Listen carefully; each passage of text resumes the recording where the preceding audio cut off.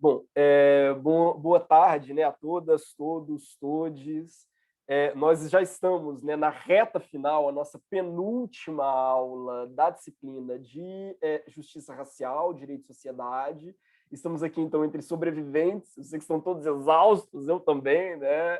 Acho que eu falo por todos quando eu digo, né, que fim de semestre é sempre um horror, um pesadelo absoluto.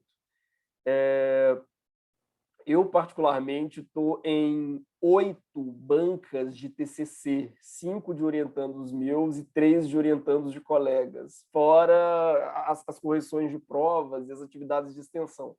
Então, acho que estamos todos à beira da loucura, né? É por isso que eu reafirmo, gente, façam trabalhos, como é que eu vou dizer? Façam trabalhos seus, um trabalho que realmente não seja sofrido de ler. Porque se eu abrir o seu trabalho, eu ver que é um trabalho da Wikipédia, você pode ter certeza que vai juntar assim essas 8 bancas de TCC e as 300 provas que eu corrijo, porque eu tenho, em geral, 5 a 6 turmas na FNB, e não vai ser legal.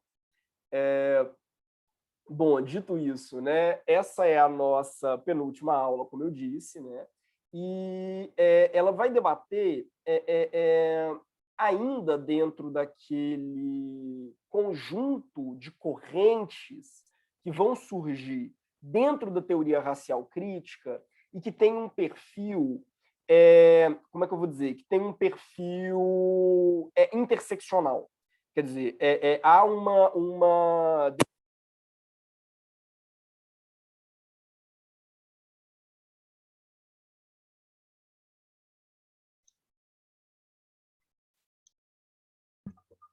Professor, acho que o senhor está mutado.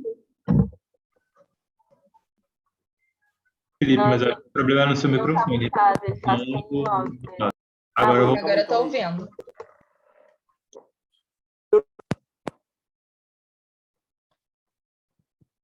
Oi, vocês me ouvem? Sim. Sim, agora voltei? Voltou. Bom, onde eu parei? Até onde vocês conseguiram me ouvir? No começo, para no começo. No trabalho. Um perfil interseccional. Sim, se trata, então, né, de uma das... hoje a gente vai abordar uma das muitas correntes que tem essa natureza interseccional dentro da teoria racial crítica, que é a teoria racial crítica queer. E manutenção. Caiu de novo? Não, tá bom. Bom, ótimo. Então, a gente vai trabalhar a teoria racial crítica queer, a partir de uma questão que é muito semelhante àquela, né, que, no âmbito do feminismo negro, a Kimberlé Crenshaw lançou. Quer dizer, o que a teoria racial crítica queer ela vai questionar? Né? O racismo atinge, da mesma maneira, homo e heterossexuais. Então, eu coloquei aqui de fundo, né, uma imagem do Titus Andronicon, né, que, enfim, para quem não viu Unbreakable Kimmy Schmid, recomendo, acho que vale por ele. Enfim. A aula, então, a gente vai trabalhar a partir de 6 tópicos, na verdade, mas prometo que serão tópicos breves. O primeiro, que é para discutir um conceito, né, que é o de multidimensionalidade da opressão. O segundo, para debater o caso Julio Rivera. O terceiro, né, para debater o caso Vênus Extravaganza. O quarto, o caso Jeffrey Dahmer. O quinto, a união homoafetiva e os novos insiders. E o sexto, os estereótipos racistas. Bom, eu vou, embora o texto da bibliografia, né, ele seja outro, eu vou tentar estruturar a aula de hoje a partir das reflexões de um teórico que eu gosto muito dentro da teoria racial crítica, que é o Darren Leonard Hutchinson. Aliás, eu o sigo no Twitter e, por algum motivo, ele me segue também. Mas é o máximo de contato que já tivemos. Mas é uma figura muito interessante, leciona, né, na Califórnia, já foi professor visitante na Universidade de Yale, né, Aliás, como eu disse desde o início, né, boa parte dos teóricos relacionados à teoria racial crítica vem dessas universidades de prestígio, digamos assim, né, dentro dos Estados Unidos, e ele também é criador de uma página chamada Dissenting Justice, no Facebook. Eu confesso que faz tempo que eu não acompanho essa página, então eu realmente não sei até que ponto ela ainda tem produzido. No Twitter ele eventualmente posta coisas, assim. Mas é uma figura que, juntamente com Francisco Valdés, sobre o qual a gente já chegou a falar, né, quando a gente debateu a teoria racial crítica latina, juntamente com Francisco Valdés, o Darren Hutchinson é uma das figuras realmente mais produtivas dentro de uma teoria racial crítica queer. Tranquilo até aqui? Sim, professor. O Facebook dele, além de tudo, um grande amante de cachorros, enfim, pet love. Bom,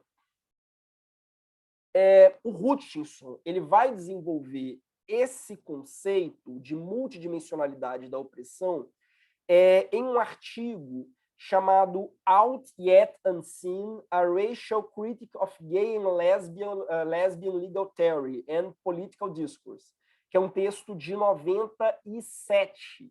Eu vou tentar, ao longo da disciplina, né, fazer algumas observações que vocês vão ver que é bem paralelas às reflexões que ele desenvolve nesse texto.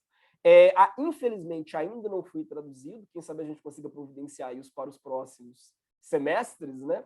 É um trabalho que ainda não foi traduzido para o português, mas para quem, enfim, tiver acesso à língua inglesa, é um artigo que eu realmente recomendo, que é muito didático para essas questões, né, sobre a interseção, digamos, entre racismo e homofobia e a condição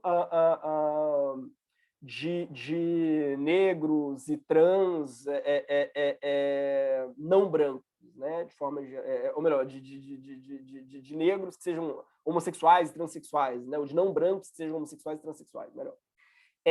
Ele começa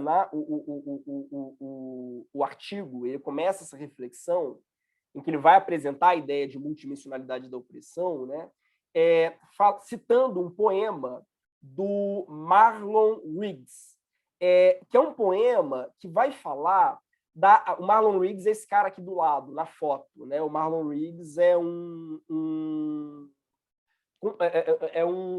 escritor, poeta, cineasta, enfim, é um artista multimídia, né? Gay e negro, e que escreveu um poema chamado Tongues United, quer dizer, Línguas Unidas, né? Algo do gênero, em que ele vai discutir a ausência de imagens de pessoas negras no castro. O que é o castro? O castro é basicamente, nos Estados Unidos, o Vaticano da comunidade gay. É realmente o bairro gay norte-americano desde sempre. Até poucos anos atrás, era permitido andar nu no castro. Literalmente, quer dizer, era permitido andar sem roupa a qualquer dia do ano no bairro Castro. Então, era realmente uma espécie de, vou usar um termo feio, mas era uma espécie de gueto gay nos Estados Unidos. Foi durante muito tempo, né? Então, ele acabou ganhando uma espécie de imagem, vamos dizer assim, simbólica, né, do movimento LGBTQI+, na América do Norte, né? Talvez a comparação mais aproximada que a gente possa fazer do Castro seja Copacabana, no Rio de Janeiro. Mas o Castro é bem mais gay, vamos dizer assim, e sem bolsominions. Ou ainda, né, sei lá, Barcelona, na Europa. Realmente o Castro era uma espécie de meca da peregrinação gay nos Estados Unidos durante muito tempo. E o poema do Marlon T. Riggs é muito interessante, porque ele vai mostrar, olha, mesmo no Castro, que é o bairro, que é o símbolo da luta LGBTQI+, nos Estados Unidos, mesmo no Castro, não existem imagens de homossexuais negros. Quer dizer, não existem imagens de pessoas negras encarnando, personificando o que é a cultura gay nos Estados Unidos, mesmo no Castro. Então, ele vai fazer essa reflexão no poema, né, para mostrar como existe uma hierarquia racial no mundo gay e como essa hierarquia define as pautas do movimento LGBTQI+, de uma forma a excluir pessoas não brancas do debate. Mesmo em setores progressistas, digamos assim, né, mas há uma evidente, e aí ele vê pela questão do Castro, né, há uma evidente invisibilização das pessoas não brancas de forma geral, na maneira como as pautas por direitos de homossexuais e transexuais elas são desenvolvidas. Esse é o tom, né, com base nesse poema, vai ser esse o tom que o Darren Hutchinson vai dar ao artigo dele, e é esse mais ou menos o tom das discussões que elas são desenvolvidas dentro da teoria racial crítica, da teoria racial crítica queer, né, especificamente. Tranquilo até aqui? De boa, professor. Tranquilo. Bom, um ponto que é interessante, né, é porque são pesquisas dentro da teoria racial crítica que elas não são feitas simplesmente acompanhando reflexões de outros teóricos queer, como a Judith Butler, por exemplo. Muito pelo contrário, são pesquisas feitas em paralelo e, às vezes, até prenunciando algumas observações da Butler. Bom, isso aqui é uma imagem do Castro, só para vocês terem uma noção. Coloquei uma fotinho, né, do bairro do Castro. Hoje, infelizmente, a nudez já não é mais permitida no Castro, então o bairro não é tão legal assim agora. Bom, com base nesse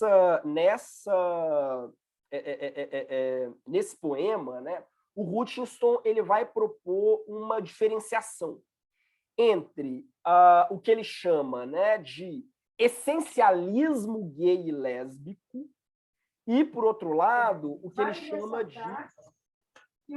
Oi? Perdão. Ele vai fazer essa contraposição entre o que ele chama de essencialismo gay e lésbico e o que ele chama de multidimensionalidade da opressão. O que é o essencialismo gay e lésbico? Né? No fundo, a ideia de que todos os gays, todas as lésbicas, aliás, todas as pessoas, né, não heterossexuais e não cisgênero são a mesma pessoa, ou que todas elas têm exatamente a mesma demanda, que a gente compartilha de uma mesma essência. Então, no fundo, a experiência de um diz respeito à experiência de todos, não é preciso, então, né, ouvir essa pluralidade de vozes, basta ouvir uma única pessoa, né, porque são todas, em certo sentido, padronizadas. Aquela discussão que a gente já desenvolveu em aulas anteriores, né, do essencialismo, tal como ela foi desenvolvida, por exemplo, pela Angela Harris, né, que é uma outra autora que o Hutchinson cita bastante, inclusive. Né? Essa ideia realmente de que existe um modelo arquetípico do que é ser homossexual ou do que é ser transexual, enfim, há um modelo arquetípico dessas vivências, né? E que independe de raça, etnia, cultura, classe.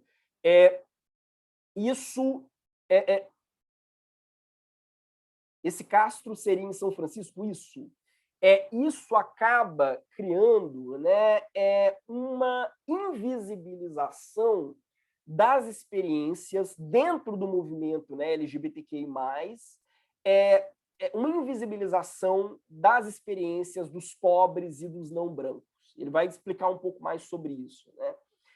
Como se basta solucionar os dramas e os dilemas da gay padrão branca que vive com a mãe e com o pet aqui em Copacabana para eu resolver todos os problemas da comunidade gay, enfim. E, por outro lado, né, ele vai apresentar como alternativa a isso, como uma resposta a isso, né, o que ele chama de multidimensionalidade da opressão, que é justamente a necessidade de fazer uma leitura casada, né, de como raça, classe, subordinação sexual se interpenetram, né? Enfim, uma proposta propriamente interseccional, né?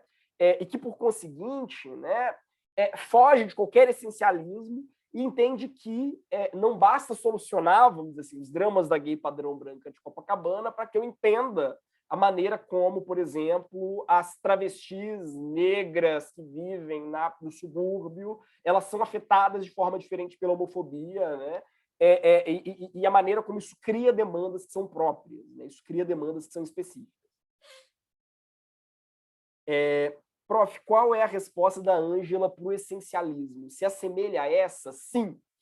Se você para pensar, o que a Angela Harris ela faz a mesma discussão em relação às mulheres negras. Né? Ela vai dizer, olha, se você parte do pressuposto de que o que marca a agenda feminista, digamos assim, né, é que existe uma feminilidade compartilhada por todas as mulheres, né, com muitas aspas aqui, né, existe uma espécie de essência feminina compartilhada pelas mulheres, sejam negras e brancas, né, e que o feminismo, na verdade, é um movimento que representa essa essência feminina. Então, eu perco de vista o fato de que as vivências de mulheres negras, asiáticas, brancas, as experiências de uma mulher lésbica, de uma mulher heterossexual, de uma mulher trans, são experiências muito diversas, né? E que demandam pautas muito diversas, que não há como montar essas pautas sem um diálogo concreto com essas pessoas. A análise dela, então, caminha também nessa direção. Eu gosto de dizer o seguinte, né?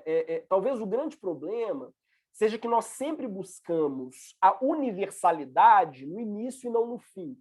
Quer dizer, se é possível uma universalidade, é uma universalidade construída, polifônica, né? Ela é construída a partir da negociação e da discussão entre muitos atores que têm demandas diferentes. Né? Não existe uma universalidade a priori, né? Toda universalidade ela é a posteriori. Esse talvez seja o grande desafio que uma autora como Angela Harris ou a Kimberly Crenshaw elas colocam, né? E isso vem sendo incorporado por essas diferentes vertentes da teoria racial crítica. Tranquilo? Tranquilo, professor. É claro que aqui eu dei uma piscadela para Hegel, né? Porque a crítica que o Hegel faz ao Kant é exatamente essa. De que, na verdade, o problema é esse, né? Que a universalidade não é abstrata, a universalidade é concreta. Mas se a universalidade é concreta, ela pressupõe as particularidades. Né? Ela não pode... enfim, eu não posso sentado no meu gabinete, pressupor quais são as vivências, e aí pensando muito pragmaticamente, né? A gay branca padrão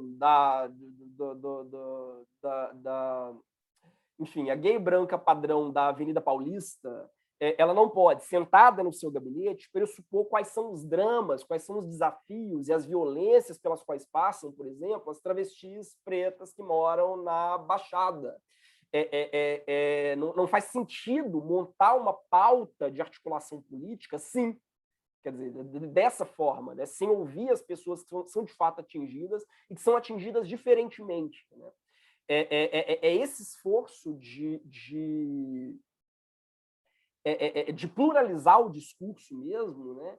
Que vai atravessar essas correntes todas, né? Vai atravessar essas escolas.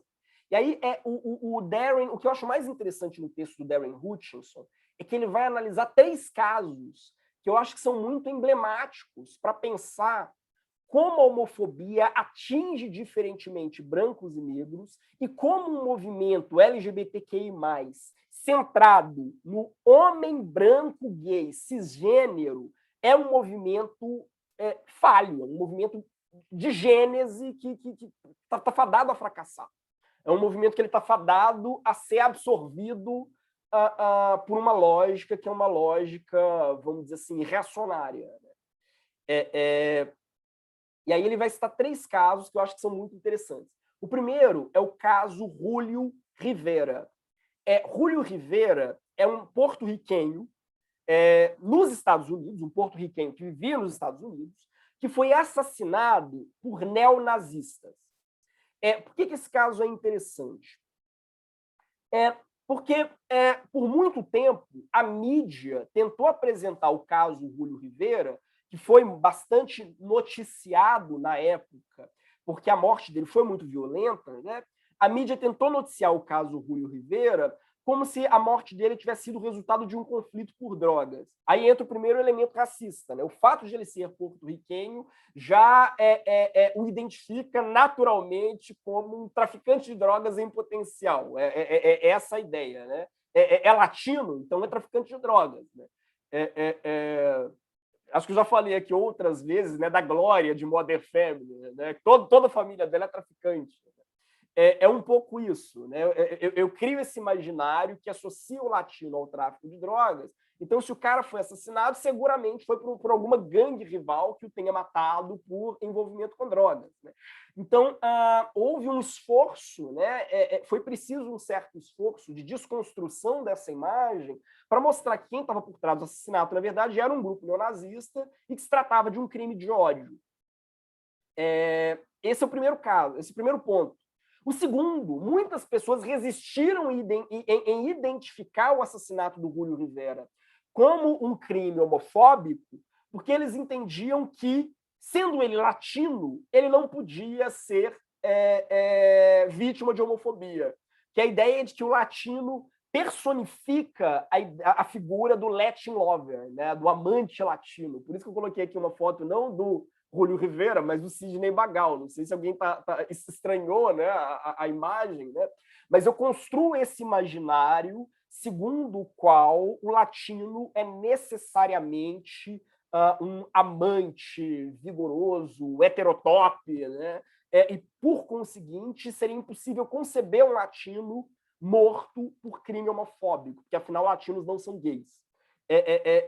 Pode parecer um negócio muito absurdo, mas muitos jornais na época argumentavam exatamente isso. Não faz sentido que seja um crime de ódio, porque esse homem não é gay, ele é latino. Ele é porto-riquenho, não existem porto-riquenhos gays. E aí, então, você tem a operacionalização, vamos dizer assim, né, de uma série de estereótipos, que são estereótipos, ao mesmo tempo, racistas e heterossexistas. E, somados, né, eles produzem uma invisibilização muito evidente. Aliás, é até um paradoxo, né? Uma invisibilização evidente horrível. Né? Mas eles criam uma conjuntura que ela é muito específica. É um pouco essa ideia, né, de que se o latino ele é sexy, macho, então ele não é gay. Quer dizer, não é gay porque ele só faz ativa. Né? Ou, no máximo, ele é gay for pay. Quer dizer, ele é gay mediante pagamento. Ele pode até fazer sexo com homens, mas ele não é gay. E, não sendo gay, ele não seria passível de crime de ódio. Então, quer dizer, o crime de ódio vale, quer dizer, se ele briga... Enfim, se um gay, né? E aí sim, um gay, porque é um gay branco, então ele é autenticamente gay, né? Se um gay é atacado por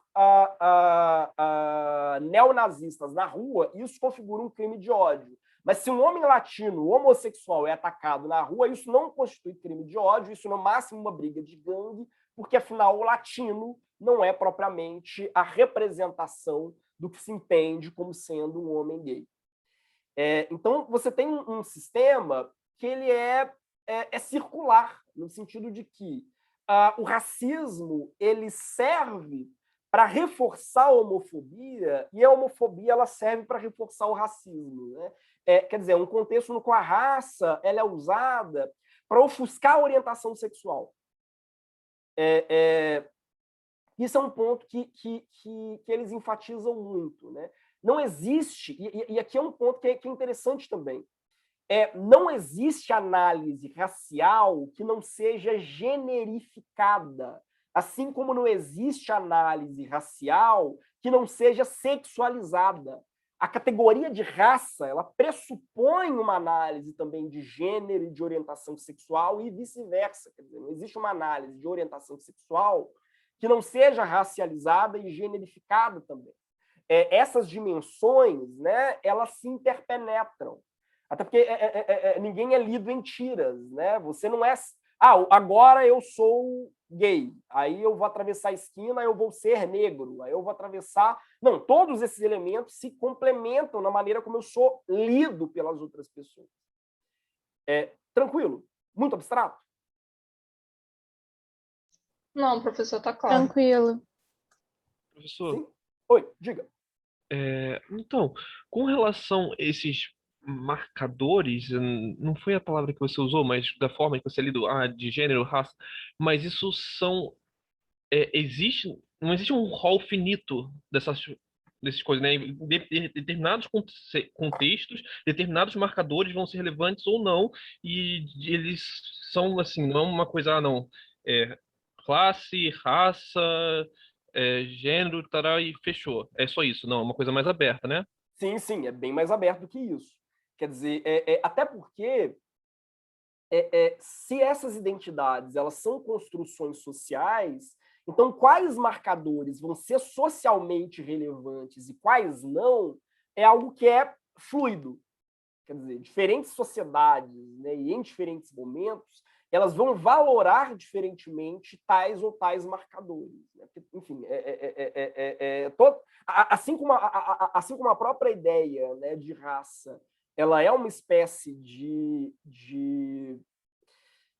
performance, né? Quer dizer, raça é performance. Né? A ideia de raça ela é uma espécie de ficção social por meio da qual eu avalio, hierarquizo e secciono pessoas, né? Todos esses demais marcadores também o são. Né? Então, sim, não existe um rol fixo de marcadores. O que não significa que a análise ela seja puramente subjetiva, né? Porque cada sociedade elege os marcadores que ela própria considera relevantes como instrumento de segregação. Muito abstrato?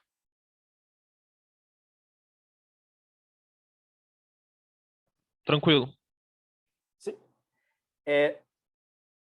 Aliás, eu participei de uma banca dia desses, né, em que um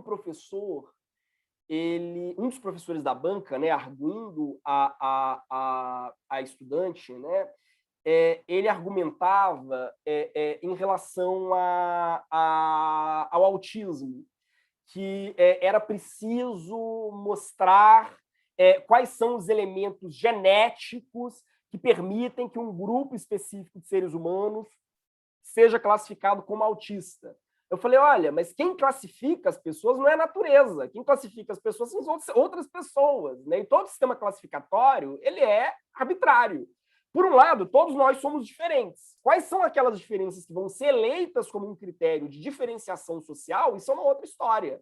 Quer dizer, algumas diferenças fazem diferença e outras diferenças não fazem diferença. E por que umas diferenças fazem diferença e outras diferenças não fazem? Sempre pressupõe uma eleição, que é uma eleição condicionada pela cultura. Quer dizer, pensando de uma forma muito abstrata, né, mas eu posso perfeitamente bem imaginar uma sociedade que classifique pessoas com sarda como um grupo específico a ser discriminado.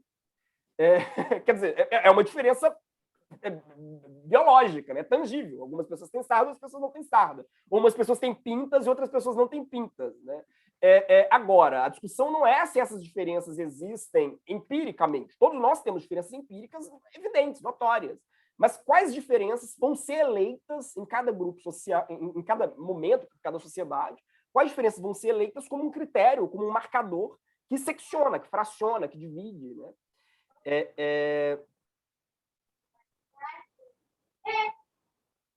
Deixa eu ver. A Vivian perguntou, né? O que seria gay for pay? Já ouvi a frase, mas não sei qual o contexto dela. Aí o Gabriel já explicou, né? Quem tem relações gays por que está sendo pago e não por atração. Sabe quem é? Hétero que produz pornografia gay e tal. Exatamente. Eu não vou elencar uma lista de atores que fazem isso que o Gabriel indicou, porque sou violentamente contra a indústria pornô, assim como contra qualquer indústria. Mas existem muitas figuras que são que se apresentam como gay for pay. Bom, esse é o Julio Rivera. Eu consegui achar uma foto, enfim, de uma das reportagens, né, Mas foi uma briga, vamos dizer assim, midiática muito grande até que se revertesse a narrativa, né? E que ele começasse, de fato, a ser apresentado como um homem gay que foi morto por neonazistas, né? E não simplesmente como um porto-riquenho morto em uma briga de gangue. Houve todo um processo, vamos dizer assim, de desconstrução de certos estereótipos, até que uma notícia como essa, né, para representar o Rivera como um homem gay, né, vítima de um crime de ódio, ela pudesse ser gestada. E o Darren Richardson, né, no artigo dele, ele tem uma passagem que eu acho que é muito pedagógica. Né? Ele vai dizer o seguinte: a polícia homofóbica não queria atrair maior atenção pública para os problemas da violência homofóbica, reconhecendo verdadeiramente o crime como um ato de natureza anti-gay. Então, isso, enfim, é uma face do problema, né? E o Darren Richardson, ele aponta uma outra face do problema também, né? É porque os ativistas que se insurgiram contra, né, a postura da polícia, eles frequentemente enfocavam somente a homossexualidade do Rivera, ignorando a sua raça. E aí cria um outro problema, né? Que eles vão dizer, não, ele não é um porto-riquenho, ele é um homem gay. Mas olha, ele é um porto-riquenho gay. Quer dizer, esses dois elementos que condicionam, que se articulam para que ele tenha se tornado vulnerável ao tipo de crime que acabou, quer dizer, acabou o levando à morte, né? Então, o Hutchinson ele até vai propor uma reflexão nesse sentido, né? Não há como debater o assassinato do Júlio Rivera sem pensar na vida do Júlio Rivera. Quer dizer, não há como entender a morte dele sem pensar na vida dele. E é uma vida que ela é marcada pelo fato de que era um cara pobre, desempregado, sem educação formal, gay, que foi amante de velhos ricos, que acumulou ao longo da vida uma série de hábitos autodestrutivos, né? E que mostra como a homofobia e o racismo eles acabaram se complementando numa vida de exclusões tais, né, que o tornou, de fato, mais e mais vulnerável ao tipo de violência que acabou, enfim, encerrando a vida dele. O Richardson também comenta, né, eu trouxe ainda um outro trechinho do texto dele, né, uma releitura da vida de Rivera revela que as forças debilitantes da subordinação sexual, racial e de classe já exerciam violência contra ele muito antes de sua morte. Essas forças limitaram suas escolhas de vida, contribuíram para a sua morte e explicam a resposta ambivalente da polícia ao crime. Bom, esse é o primeiro caso. Eu confesso que quando eu li essa passagem do texto, eu me lembrei instantaneamente do American Crime Story, Versace, que vai discutir a morte do Versace, né, o assassinato do Versace por um jovem, salvo engano, um jovem filipino, né, um jovem de pais filipinos, né, na década de 90, é isso, né? Mas também tem vários pontos de contato aqui, embora bom, não vou aprofundar isso não, mas até como uma ilustração das discussões que a teoria racial crítica queer ela vai focando, né? Enfim, essa série ela acaba, essa temporada, né, de American Crime Story, ela acaba focando muito na trajetória do assassino, né, no jovem gay filipino, drogado e prostituído que matou o Versace. Então, é bem interessante como esses elementos, né, da raça e da orientação sexual eles acabam se complementando na trajetória do cara. Tranquilo até aqui? Sim, professor. Bom, O segundo caso que ele trabalha, talvez seja um caso bem mais conhecido, né, é o assassinato da Venus Extravaganza, que era uma transexual, jovem, pobre, latina. Ela ficou muito conhecida, né, por participar de um documentário chamado Paris is Burning, Paris está queimando, enfim, Paris em chamas, né? Esse documentário tinha na Netflix até pouco tempo atrás, não sei se continua, né? Mas é um documentário sobre os bailes drags no Harlem, que eram bailes, enfim, protagonizados por travestis e transexuais negras e latinas propriamente, né? E todas elas bastante pobres, né? Bastante empobrecidas. E que eram bailes que, de certa forma, mimetizavam, né, os rituais de desfile de moda, né? E contrapunham um pouco isso, né? Essas fantasias escapistas de luxo e ostentação, digamos assim, né? E uma realidade difícil, de miséria, de prostituição, né? O filme em si, o Paris is Burning, é um exemplo maravilhoso dessa discussão sobre multidimensionalidade da opressão, né? Ou sobre essas múltiplas formas de opressão que se articulam, né, na trajetória dessas pessoas, né? Como vocês sabem, né, a série Pose, quem não viu, veja, né? É muito baseada nesses bailes, né? Então, em vários momentos, ela faz referência, por exemplo, ao documentário Paris is Burning, há inclusive uma homenagem a Venus Extravaganza, né? E por aí vai. Essa é a Venus Extravaganza. E, no fundo, a morte dela acaba também... e o descaso em relação à morte dela, né, acaba também mostrando essa articulação, né? É uma travesti, ou melhor, uma transexual, pobre e racializada, né? Latina, no caso. Né? E todos esses elementos eles acabam se conjugando. Não é possível fazer uma análise da trajetória dela que seja segmentada, né? Uma análise que ela não leve esses elementos em consideração e a maneira como esses diferentes elementos se imbricam. Tranquilo?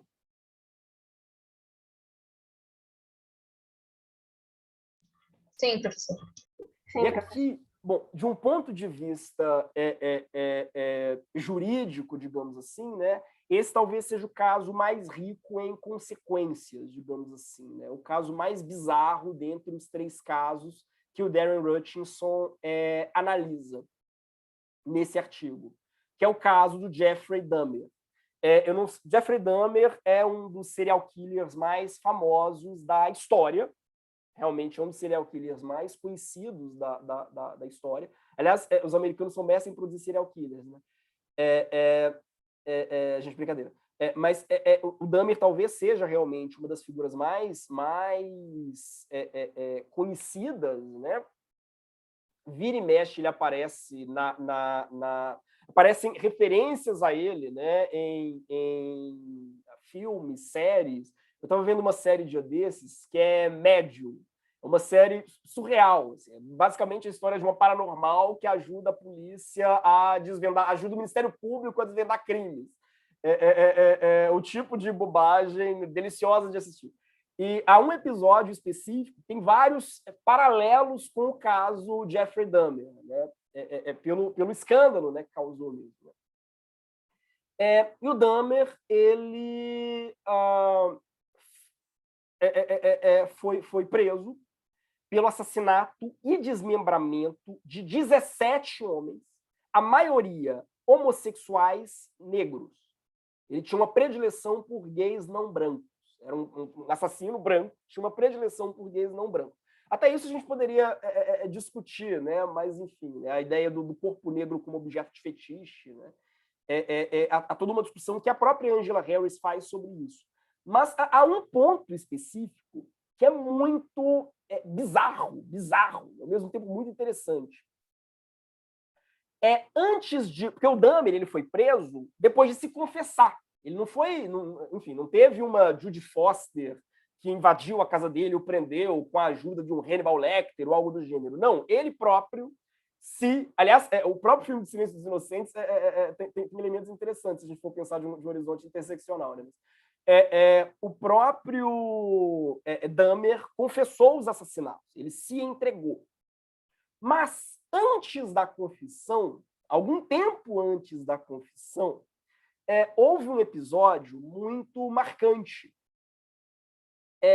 A polícia, depois de algumas denúncias anônimas de vizinhos, bateu na porta do Dahmer e eles encontraram na casa do Dahmer uma das pessoas que seriam as suas vítimas no futuro, que era um adolescente asiático, o Korenak, de 14 anos, que tinha sido raptado e drogado pelo Dahmer.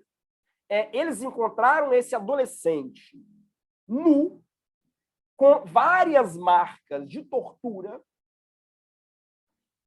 e a polícia não fez nada. A polícia viu a situação do rapaz, tentou conversar com o rapaz, mas ele estava absolutamente catatônico, drogado, já com vários sinais de tortura, e a polícia disse, tudo bem, beleza, e voltou para casa. Por quê? Porque o Dahmer apresentou o menino de 14 anos como sendo seu namorado. E a polícia acreditou. Veja, o que os policiais... Porque isso gerou uma situação, né? Claro, a família do jovem processou a polícia, né? E processou o Estado por negligência, evidentemente. Né? E o que eles argumentaram? Né? Primeiro, a polícia ela disse que ela achava que era normal que em relacionamentos homoafetivos houvesse algum nível de violência. Eles achavam que era absolutamente normal que em relacionamentos homoafetivos um parceiro eventualmente batesse no outro. Então, as várias marcas e várias cicatrizes, ele já estava sendo literalmente assassinado. Era uma pessoa que despedaçava a gente. Quer dizer, literalmente, era uma pessoa que se divertia despedaçando pessoas. Né? Então, a polícia achou que era absolutamente natural, quer dizer, isso acontece em todo casal gay gosta de arrancar um dedo do parceiro, eventualmente. Né? Por que eu não arranquei o dedo do meu marido ainda? Isso é normal, todo casal gay faz isso. Drogas também seria algo absolutamente normal. Não, todo gay usa drogas. E a pederastia, quer dizer, né, a pedofilia, né, o relacionamento com menores de idade, também seria absolutamente natural. Então, se fosse uma menina asiática, a polícia teria estranhado. Talvez, né? Ou se fosse uma menina branca, seguramente. Né? Mas como era um menino, para a polícia, tudo bem. Afinal, é um menino gay, é normal que os meninos gays sejam iniciados com seus 11, 12, 13, 14 anos por homens mais velhos. Então, a polícia achou que não havia um problema por causa disso. E, por outro lado, e aí você tem uma associação homofóbica. Oi, diga. Perdão, mas teria também alguma coisa a ver com aquela relação que você fez quando a gente estava falando da Asian Creed, de relacionar asiáticos com a questão de drogas alucinógenas, e aí, tipo assim, relacionar que, não, o garoto tá drogado, mas ele deve estar drogado porque ele quis, entendeu? Sim, porque exato. asiáticos estão sempre drogados por alucinógenos ou qualquer coisa do tipo, sabe? Tipo, isso é comum, mesmo que o serial killer não tivesse apresentado dessa forma, assim, talvez isso não fosse normalizado pela polícia por conta de certos estereótipos. Não, exato, perfeito, exatamente. A polícia também ela parte desse pressuposto. Não, asiáticos naturalmente gostam de usar opiáceos, né? Gostam de, enfim, fumar um narguilé com umas coisinhas interessantes misturadas. Então, isso para eles era absolutamente comum. Se encontrar um jovem asiático drogado, não, de praxe, segue a vida. E mais, eles partem do pressuposto, né, de que os asiáticos seriam naturalmente efeminados, com muitas aspas, é o que a polícia argumenta, né? E que o jovem asiático ele é uma espécie de... Eu coloquei propriedade intelectual, mas está errado. Ele é uma espécie de propriedade, é uma espécie de bem mesmo do seu amante mais velho. Que aquele tipo de arranjo é normal em relações gays e ainda mais em relações gays interraciais. Então, gente, cuidado com a palmitagem, viu? E mais, assim, junto um outro elemento, que é conferir mais credibilidade para a palavra do homem branco em relação à palavra do homem não branco dentro do relacionamento. Porque ele pediu ajuda. Dizem que os depoimentos indicam que o jovem ele pediu socorro. Ele realmente não estava conseguindo se levantar, estava drogado, todo mutilado. E a polícia entendeu que não, se o homem branco disse que eles namoram, porque de fato eles namoram. O que mais um homem branco estaria fazendo com um jovem asiático na sua casa, né? E aí, como eu disse, né, a polícia, a família, né, entrou com um processo, ela moveu um processo, argumentando ao mesmo tempo discriminação por raça e orientação sexual. E aí isso levanta várias questões, né? Se fosse um outro menino branco sequestrado pelo Dahmer, será que a polícia ela não teria tido uma outra posição? Aí reitero, né, o Dahmer ele tinha uma predileção por vítimas não brancas. Se fosse por outro lado, né, se fosse o oposto, se o Dahmer fosse um homem negro, um homem asiático, com um menino de 14 anos, né, será que a postura da polícia seria a mesma? Eu duvido. Se fosse um homem negro com uma menina branca, exatamente. Então, todos esses elementos, eles convergem para... preso na hora. Exatamente. Quer dizer, todos esses elementos, eles convergem para... É estarrecedor. Se vocês lerem as transcrições mesmo, né, da maneira como a polícia se defendeu nesse caso, é bizarro. O Dahmer, depois desse menino, ele matou várias outras pessoas antes de se entregar. Diga-se de passagem, né, a razão pela qual ele realmente está no top 10, né, dos serial killers mais famosos dos Estados Unidos, né? Desculpa, professor, interromper. O caso daquele outro serial killer, Ted Bundy, se eu não me engano, falando o nome dele nos julgamentos, ele fala como um homem com tão boa aparência, tão bonito, poderia estar envolvido com isso, tão charmoso. Não associa... teve isso, porque as mulheres do tribunal, assistiam alguns documentários, achavam ele era um homem muito bonito, então não conseguiam imaginar que ele faria um negócio desse, associavam a imagem dele com inocência. Não Sim. Como alguém que faria algo como isso. Sim. Não, exato. Quer dizer, junta um outro estereótipo racista, né? Porque eu identifico o homem negro, os homens não brancos, de forma geral, como criminosos sexuais em potencial. O homem branco não é visto como um criminoso sexual em potencial. Isso, enfim, a análise que o Hutchinson faz desse caso... sim, o sujeito de direito fazendo essas coisas, exato, né? Como assim? Ele é a encarnação de uma consciência livre e autônoma e racional, né? Para quem tiver curiosidade, na trajetória do Dahmer, há uma revista em quadrinhos que eu acho muito interessante, dá para piratear, mas enfim, chamada Meu Amigo Dahmer, do Derf Bakeder, que ele estudou com o Dahmer no ensino médio. E eles eram amigos, assim, de estudar um na casa do outro e tal. Então ele faz uma reconstituição da história dos dois, né, para refletir sobre o caso do Dahmer. Acho que é muito interessante. Eu descobri há muito pouco tempo, descobri há algumas semanas essa revista, mas ela é realmente muito interessante. Bom, então, aqui a gente passa, né, para um outro ponto da análise do Hutchinson, que a partir desses casos que ele vai analisando, né, que ele vai dizer o seguinte: boa parte das teorias jurídicas gays e lésbicas, quer dizer, boa parte das construções, né, que vão debater direitos de pessoas LGBTQI+, de forma geral, né, elas não levam em conta as desigualdades raciais e de classe.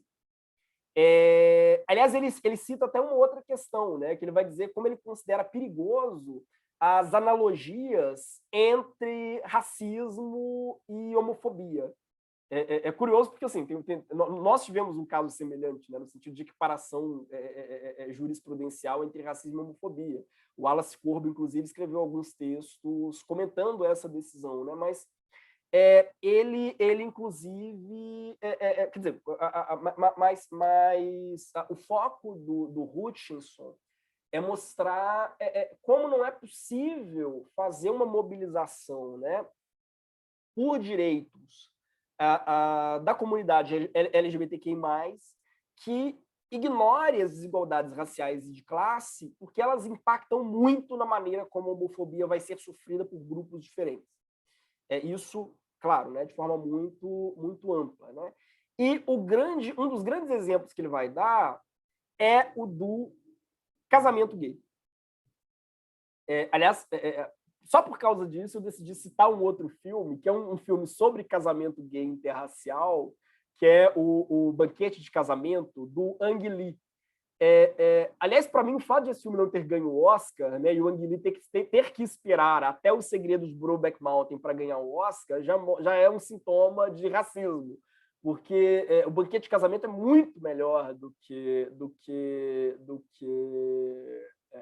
O Segredo de Brokeback Mountain, né? Mas é claro que é um filme que trata, né, da questão dos direitos dos homossexuais, partindo do horizonte, né, ou das vivências de um homem asiático, não foi um filme que teve tanto público, né? Embora seja um filme muito mais interessante, enfim, em tudo. Mas deixa para lá. A Isadora comentou, né? Eu sempre acabo a aula com vários novos filmes na minha lista. Assim, eu também cito muita porcaria, viu, gente? Porque eu adoro filme B. Eu sou um aficionado. Tudo quanto é filme bizarro. Eu gosto muito de comédia romântica, filme de sessão da tarde. Então, vocês frequentemente me verão criticando filmes que se pressupõem muito, muito sofisticados.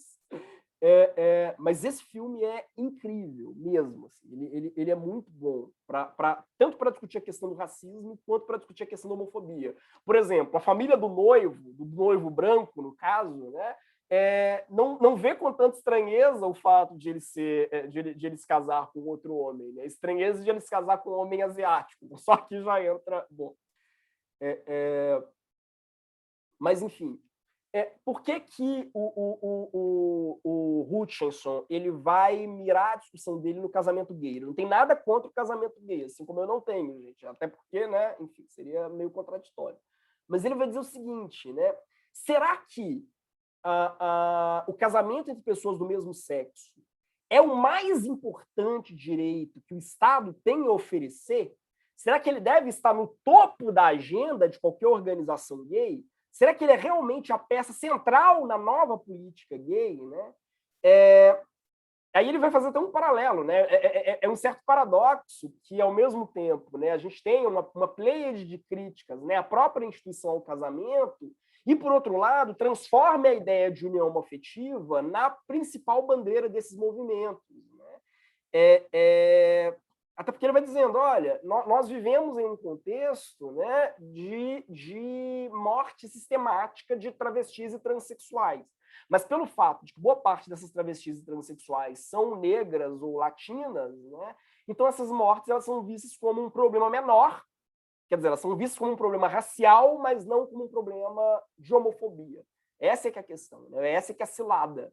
Quer dizer, eu frequentemente vejo, não, uma travesti morreu assassinada na rua, ela não morreu em virtude da transfobia, ela não morreu em virtude de um crime, ela morreu em virtude, enfim, da violência das ruas, de um ponto de vista genérico, né? Isso acaba tornando as demandas desses grupos, né, sempre secundárias em relação às prioridades, reitero, da gay branca, enfim, de Higienópolis. E aí ele vai dizer o grande risco de não racializar e não classicizar o debate sobre homofobia e transfobia é que você acaba criando uma espécie de novos insiders, vamos dizer assim. Né? O que ele vai chamar de novos insiders? São aquelas pessoas que, na verdade, estão muito pouco preocupadas dentro do movimento LGBTQI+, em alterar radicalmente o sistema. Quer dizer, elas não percebem que o que replica a homofobia, né, um dos elementos que catalisam, né, catapultam a homofobia, é justamente uma série de injustiças sociais de ordem material, né, de acesso a recursos financeiros e tal, e de violência racista, né, e que não basta, então, por conseguinte, garantir abstratamente os direitos civis, o direito de casar, o direito de adotar, o direito de entrar para o exército, se eu não transformo radicalmente essas questões materiais. Então, eu torno, no fundo, a luta anti-homofóbica e antitransfóbica em uma pauta burguesa. Precisamente porque, ao transformá-la em uma pauta desracializada, em uma pauta desclassicizada, vamos dizer assim, né? Ou desmaterializada. Muito abstrato? Não, professor. Não mesmo? Aí, bom, eu vou citar aqui, né, talvez a série que eu, enfim, uma das séries que eu mais goste na vida. Ela só durou uma temporada, mas ela é genial, assim, é muito engraçada, que é The New Normal, que é basicamente a história de um casal gay que decide contratar uma barriga de aluguel. É uma série deliciosa, mas não tem nada mais como é que eu vou dizer? Não tem nada mais burguês do que isso. É uma série que realmente ela vai debater a questão da homofobia e dos direitos da comunidade LGBTQI+, né? De um ponto de vista puramente formal. Quer dizer, é como se, de fato, o único, o maior desafio da comunidade gay fosse o de acesso formal aos cartórios. Quer dizer, o meu único desafio é realmente ser aceito na igreja. Aliás, é um episódio muito engraçado, né, em que eles decidem realmente... eles chamam um padre para celebrar o casamento, eles querem ser reconhecidos pela instituição, né? A série gira em torno disso, mas todo aquele universo de problemas que a gente vê, por exemplo, em Pose ou em Paris is Burning, né? Ele simplesmente desaparece aqui. É como se eles não fossem importantes, ou mais, é como se eles não fossem problemas relevantes para a comunidade gay. Eles são problemas relevantes para a comunidade negra, para a comunidade latina, mas eles não são problemas relevantes para a comunidade gay. O problema relevante para a comunidade gay é adotar e ter filhos. Vocês percebem? Quer dizer, percebem a cilada, né, desse tipo de argumento?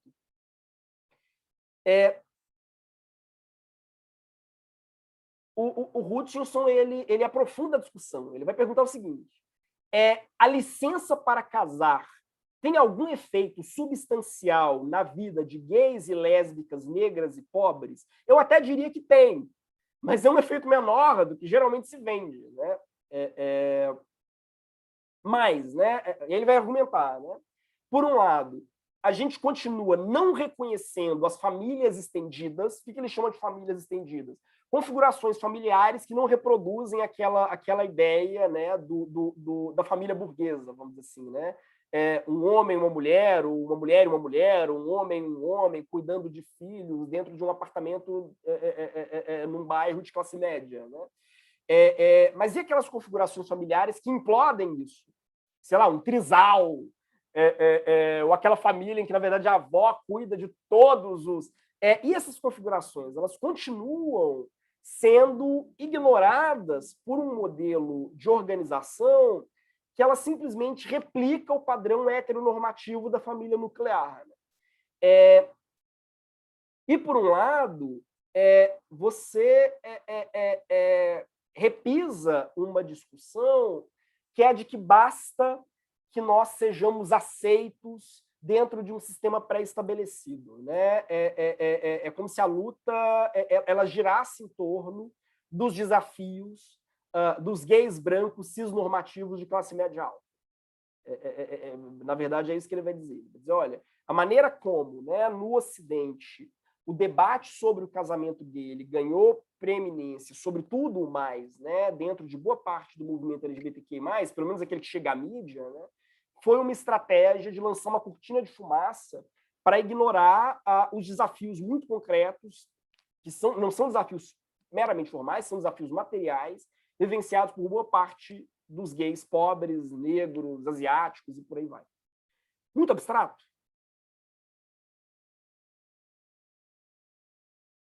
De boa, professor. Mesmo? Mais ou menos. Mais ou menos? O que ficou no ar, assim? Não ficou assim muito 100% claro para mim, ficou um pouquinho confuso, mas vai indo. Acho que vai esclarecendo. Beleza. O que ele vai dizer? Por exemplo, né? Perdão.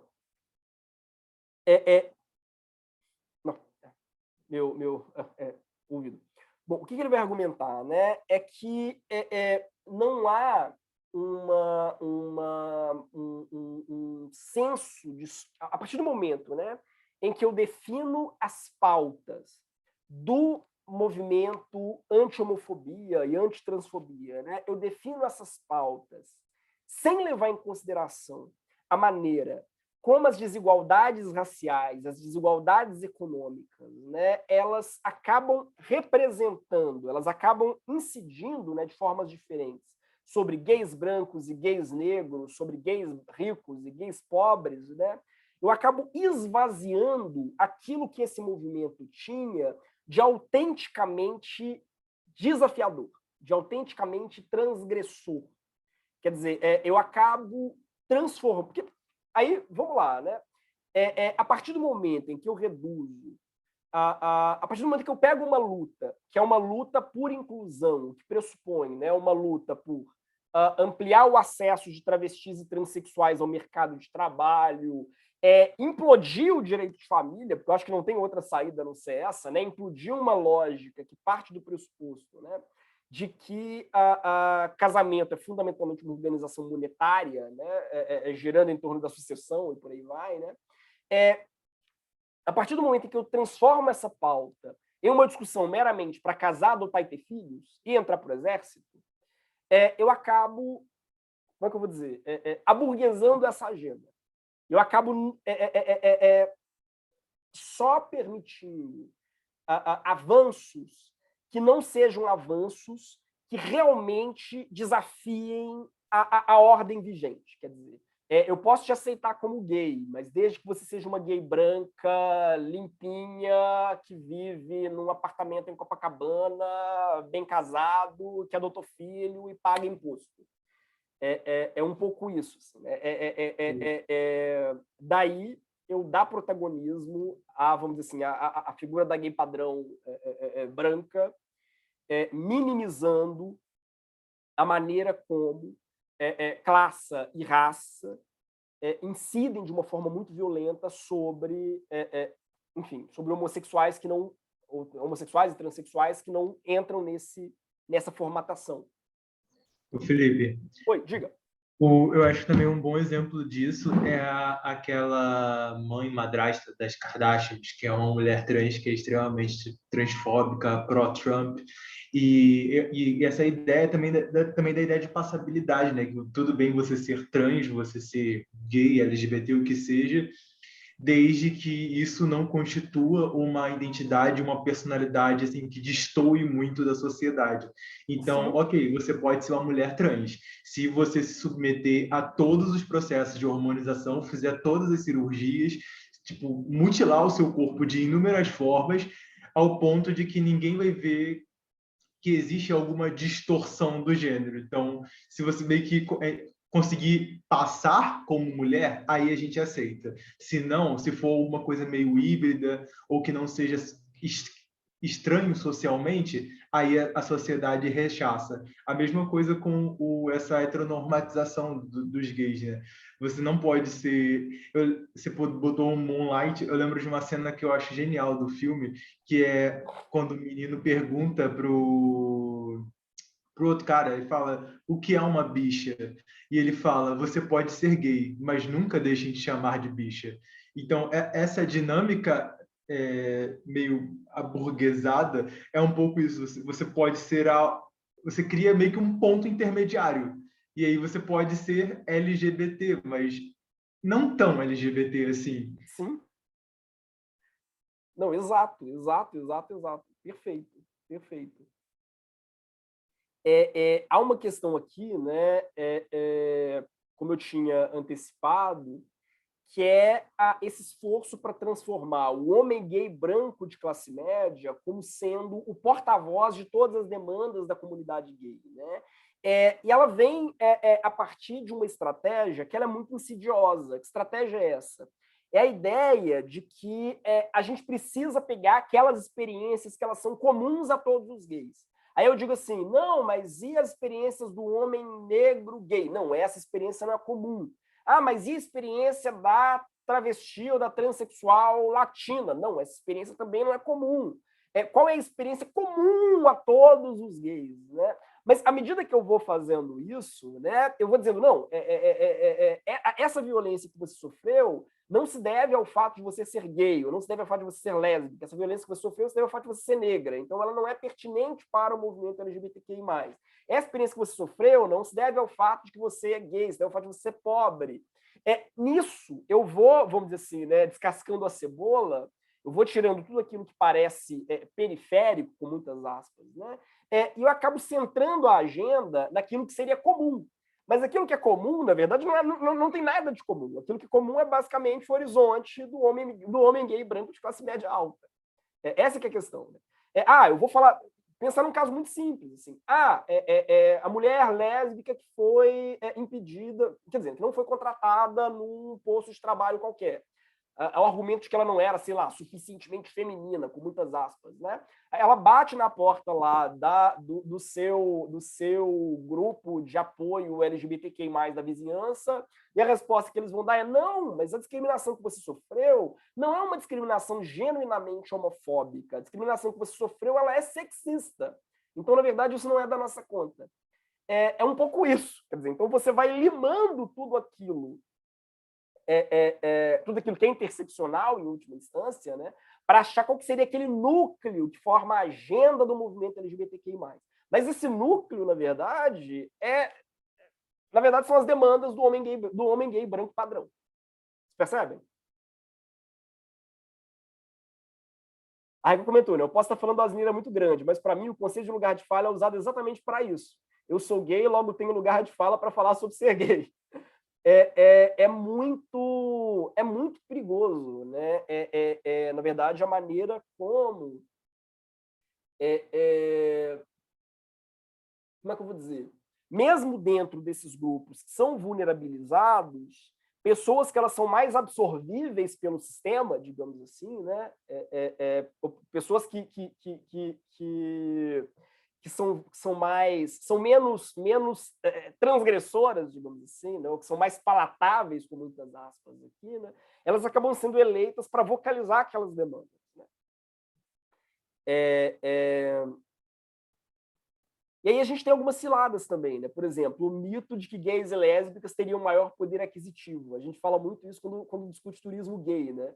Não, vamos prestigiar o turismo gay porque gays e lésbicas têm mais poder aquisitivo. Mas aí a ideia que se faz é isso, né? Daquele casal de gays brancos, aposentados, que vai torrar dinheiro no carnaval. Né? E aí eu realmente ignoro as experiências de todos os demais. Né? É por isso que eu coloquei Moonlight aqui, né? Mas eu não vou entrar em detalhes não, até porque o Gabriel já comentou o filme e achei que foi uma lembrança muito boa. Mas recomendo. E o último ponto que o Darren Richardson analisa é como a própria cultura gay promove uma série de estereótipos racistas. Como a cultura gay ela acaba desenvolvendo uma série de estereótipos racistas que segregam grupos não brancos dentro da própria comunidade. Assim como ela promove uma série de estereótipos sexistas. Né? Mas é um pouco aquela noção, né, de que os gays negros, por exemplo, eles seriam promíscuos e predatórios, ou seja, eles não são para casar, e os gays brancos, por outro lado, né, eles formam casais monogâmicos longevos e prósperos. Para qualquer gay negro que tenha tido, em algum momento da vida, Grindr, ou Tinder, ou Scruff, enfim, seguramente já se deparou com isso. Né? Se você é gay negro e está num perfil como esse, você está ali para servir de objeto sexual. Né? Por outro lado, se você é branco, você está ali à caça de um encontro amoroso. Isso é muito característico, né? Quer dizer, a pessoa ela vai, quer dizer, ela vai te abordar, ela não vai perguntar o que você faz da vida, o que você curte, que música que você ouve, ela vai perguntar quantos centímetros. Gente, desculpe a vulgaridade, mas acho que é bem elucidativo. Isso traz, né? Enfim, tudo isso que eu estou dizendo é para indicar um pouco como essa cilada essencialista, né, nas agendas das políticas, nos movimentos de gays e lésbicas, eles acabam impedindo que pessoas de cor, com muitas aspas, né, o termo que o Hutchinson usa, como pessoas não brancas, entrem nesses movimentos, como essas pessoas elas se sintam de fato representadas por esses movimentos, né? Existe sempre isso, né? A busca de uma pauta que seja pura e autêntica, livre de questões interseccionais, mas isso acaba, então, fazendo com que as demandas dessas pessoas elas não sejam visualizadas, elas não sejam realmente contempladas. Ainda sobre os casos, os estereótipos racistas, né, o Hutchinson ele vai comentar o caso Mapplethorpe, que é um caso muito interessante. Eu não sei se todos vocês conhecem o Robert Mapplethorpe. Mapplethorpe é um fotógrafo, Gabriel seguramente conhece, né? Mapplethorpe é um fotógrafo e um dos fotógrafos realmente mais conhecidos do século XX. E ele era muito conhecido por fotografar nus, sobretudo nus masculinos, né? Ele realmente tinha predileção por nus masculinos. Essa foto aqui, e mais, ele tinha uma predileção por nus masculinos de homens negros. E as imagens do Mapplethorpe, elas foram censuradas. Foram proibidas de ser exibidas em museus nos Estados Unidos, etc., pelo fato de serem imagens com um cunho homoerótico muito evidente, né? Essa foto que eu coloquei aqui é uma das poucas fotos do Mapplethorpe que eu considerei minimamente publicáveis, porque as outras realmente não tinha como eu colocar num slide numa aula nesse horário, pelo menos. E aí, a proibição das fotos do Mapplethorpe, ela criou um certo desconforto. Por quê?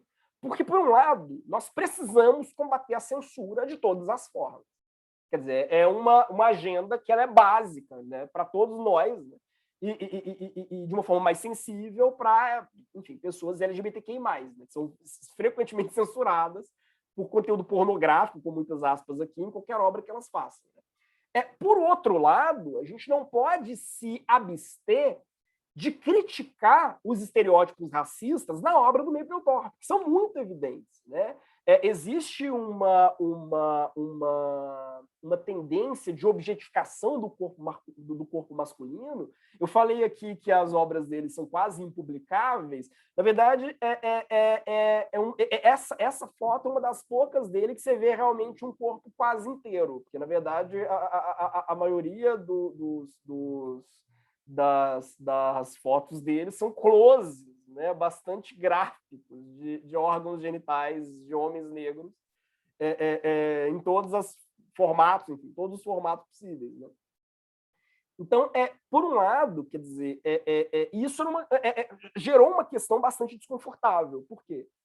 A comunidade LGBT, naquele momento, né, foi em apoio ao Mapplethorpe, dizendo não podemos admitir a censura do Mapplethorpe, e os membros gays os membros negros dessa comunidade, eles disseram, olha, uma coisa, outra coisa. A gente precisa realmente, né, criticar a censura em todas as formas, inclusive a censura ao Mapplethorpe, o que não o torna uma espécie de herói progressista, porque a obra dele é uma obra profundamente racista, e isso precisa ser pautado pelo movimento gay. Aí vem sempre, meu Deus, vocês estão nos cancelando, vocês não podem fazer isso. Como você pode dizer que o Mapplethorpe é racista?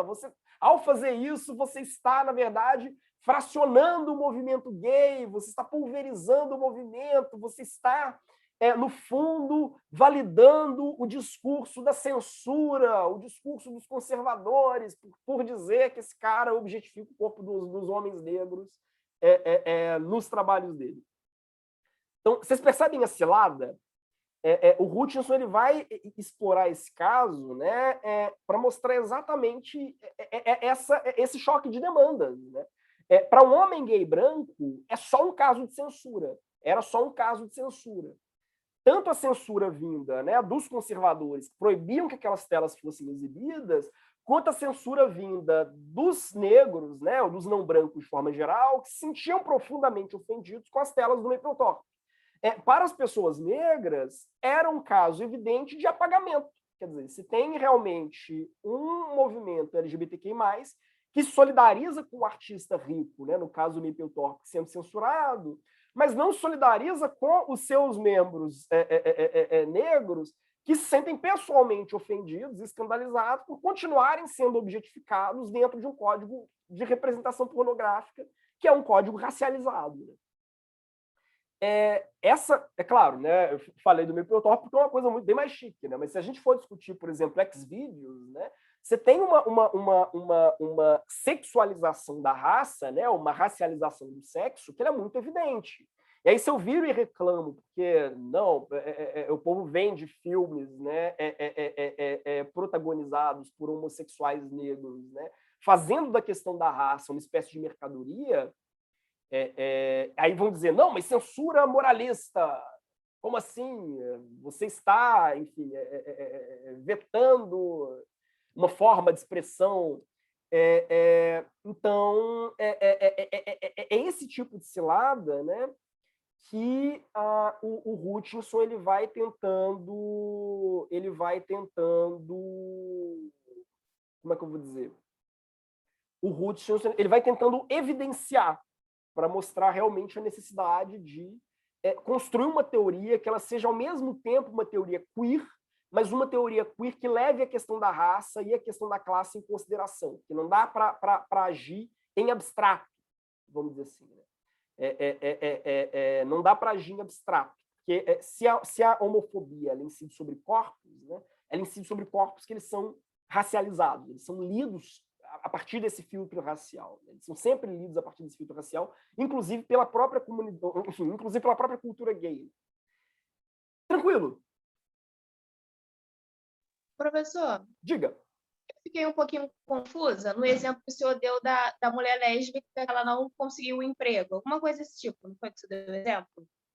Que aí, no caso, ela procuraria a comunidade e a comunidade diria que não era um caso LGBT, seria mais pelo sexismo. Mas aí, tipo, teria alguma coisa para diferenciar? Não sei se você está entendendo o que eu estou querendo dizer. Tipo, diferenciar que ela não tivesse conseguido emprego por conta da sexualidade dela ou por conta dela ser mulher, ou justamente por ela ser lésbica que, sabe, foi atribuído isso a ela.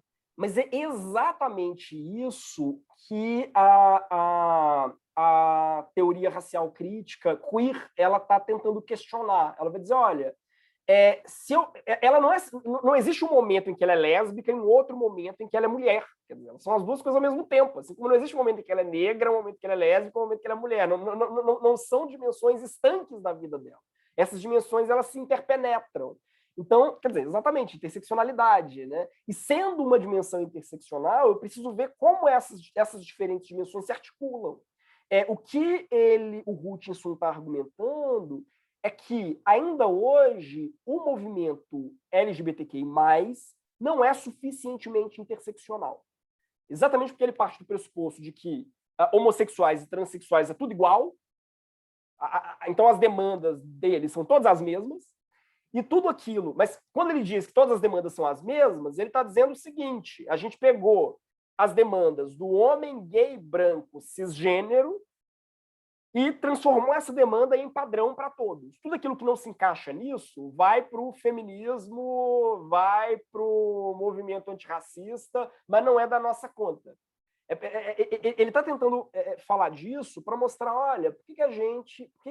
A gente não, né? Mas por que algumas bandeiras, né, elas se tornam rapidamente prioritárias, digamos assim, né? Como a bandeira do casamento, que é visto como um problema comum, todo mundo quer casar, mas por que algumas outras bandeiras, como a bandeira da violência contra travestis e transexuais, não viram uma bandeira comum? Que não, nem todo mundo é travesti e transexual, então não é um problema comum. Casamento é um problema comum porque todo mundo se casa. Se percebe? Então, eu acabo jogando para escanteio, na verdade, o problema da imensa maioria das pessoas que compõem a comunidade LGBTQI+.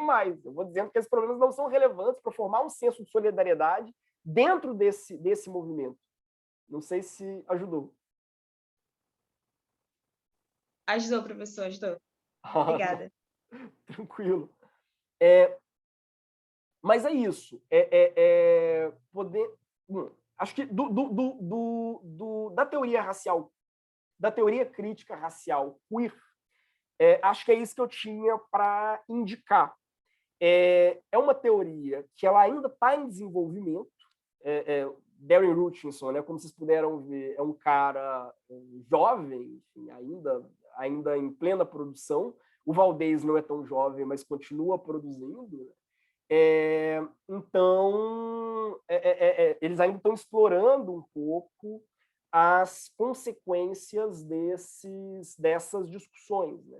Na nossa próxima aula, a gente vai tratar daí sim, né, daquela que é a vertente mais recente da teoria racial crítica, que é a DISCRIT, a Disability Critical Race Theory, ou seja, teoria racial crítica da deficiência, que ela vai justamente fazer essa articulação entre racismo e capacitismo, como essas duas coisas elas se imbrincam, né? Como não é possível ler a discriminação contra pessoas com deficiência sem levar em consideração o elemento da raça. Porque o racismo ele também incide aqui. Então, pessoas com deficiência brancas e pessoas com deficiência não brancas sofrem o capacitismo de formas diferentes, né? Então, essa realmente é a teoria mais recente deles. A bem da verdade, só existem, em português, 3 artigos sobre a teoria racial crítica da deficiência.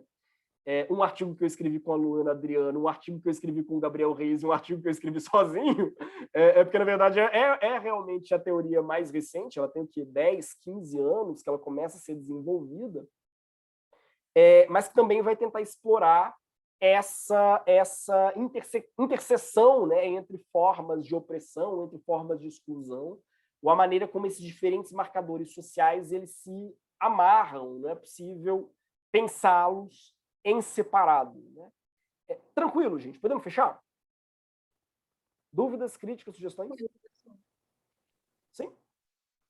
Bom, é isso. Obrigado. São sobreviventes, né? Nossa última aula é a próxima aula. Prometo, vocês não vão me ver mais, vão estar livres de mim. Então... É isso, professor. Imagina, suas aulas são excelentes. Não. Obrigado. Mas, enfim, realidade, todo mundo pegando as outras eletivas. Percebo. Não. Nossa penúltima aula, quer dizer, semana que vem nossa última aula. O Mabel perguntou, né? Já coloca mais eletivo no próximo semestre. Provavelmente eu devo dar Direito e Literatura, mas eu ainda não tenho certeza. Assim, Não acredito que eu gastei meu crédito e agora você vai dar Direito e Literatura. Que ódio! Não garanto, mas é bem provável. Faz tempo que eu queria dar essa disciplina de Direito e Literatura, mas eu tô enrolando. Dependendo, vai. Qualquer coisa vai. Mas é isso, gente. Até já. Até semana que vem. Professor, Obrigado pela deixa eu atenção. tirar uma dúvida. Até semana que vem, professor. Professor, uma perguntinha. Você já chegou a postar a aula da semana passada? Eu tive um problema no dia e não consegui. Eu esqueci completamente, mas eu postei hoje. O link já está... Quer dizer, eu não postei no Facebook o link, mas ele está na mesma playlist. Mas eu devo postar mais tarde o link também lá no Facebook. Não, sem problemas. Porque eu realmente tive um problema no dia e o Zoom não queria baixar no meu telefone, eu não estava com telefone, eu não estava com computador, não estava em casa, aí eu tentei baixar, não consegui ver. Quando foi de noite, meu telefone, ele perdeu a bateria. Quando ele reiniciou, o Zoom baixou sem problemas, entendeu? E aí, quando eu fui procurar aula depois, eu fiquei esperando para assistir e não consegui. Mas tudo bem, se já está lá, eu consigo achar, não precisa nem colocar o link no Facebook, não. Eu esqueci mesmo, mas já bem. Eu postei hoje, mas tá lá. Tá. Mas tá bom, obrigada. Tchauzinho. Felipe. Ok, professor, obrigada. Tchau, tchau. Ainda dá tempo de trocar a proposta da avaliação ou não? Se eu mandar outra lá, pode? Sim, sem problema. Tá bom. A Is perguntou, né? O senhor só ministra a filosofia do direito como obrigatória? Só. Eu ministro para as 4 turmas, então, na verdade, é muita gente, é muita gente. São o quê? 70 alunos por turma, mais ou menos, mas só filosofia do direito. Eu já ministrei filosofia geral algumas vezes.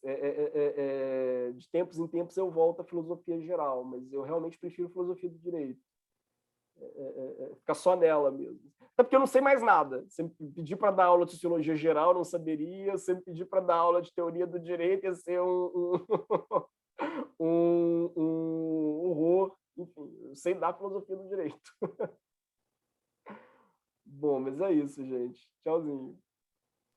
Tchau, professor. Tchau, professor. Obrigada. Tchau, professor. Até semana que vem. Até.